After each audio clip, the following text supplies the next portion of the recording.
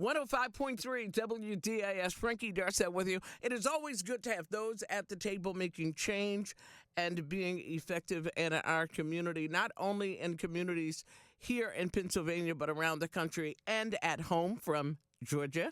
Stacey Abrams is my guest. Thank you for joining us. Thanks for having me. Now, you are here supporting the campaign of senatorial candidate Bob Casey. Talk about why. I'm in Pennsylvania rather than Georgia because I know that we are all in this together, and that as much as I am excited about electing Kamala Harris as the next president of the United States, she needs a strong U.S. Senate, and there's no better example of extraordinary senators than Senator Bob Casey. He is fighting for Pennsylvania values. He believes in protecting our communities, protecting our families, and for women, he believes in protecting our rights. And so, this is the day to be here. I'm not here to attend the Steelers game.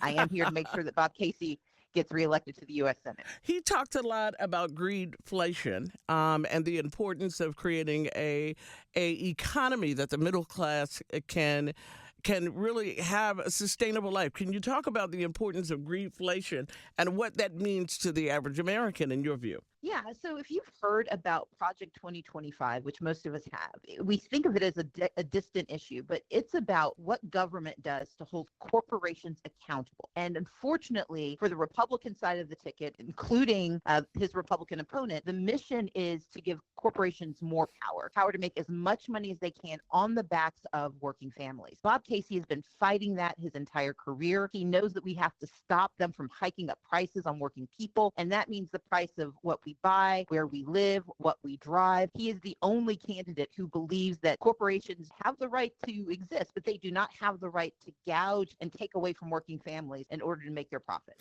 Stacey Abrams is my guest. Always glad to have you on the show.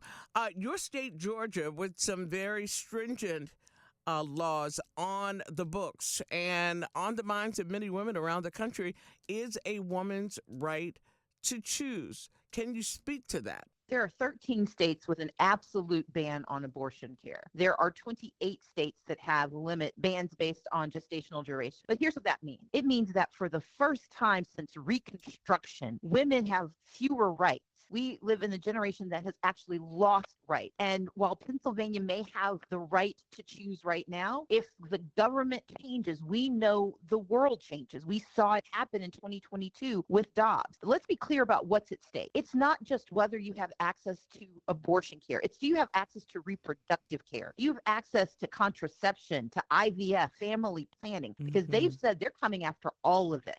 But it's also about lives. In the state of Georgia, because we have one of those horrific gestational bans where you cannot get access to abortion care after 6 weeks. Amber Thurman died because she had to go out of state to get care and could not get doctors to save her life when she came home. When doctors don't know what the law means, when lawyers don't know what the law means, how are women supposed to know what their rights are? We need Senator Bob Casey. We need Vice President Kamala Harris. We need to protect not simply the rights of women to control their bodies, but to save their own lives. And that can only happen if we show up and vote on November 5th.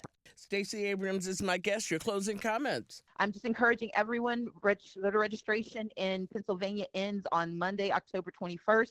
Remember to return your ballots, and show up on Election Day, and let's change the future. All right. Thank you so much. Always good to have you on the show. Have incredible travels, and thank you again for the work that you do. Thank you. It's always a pleasure.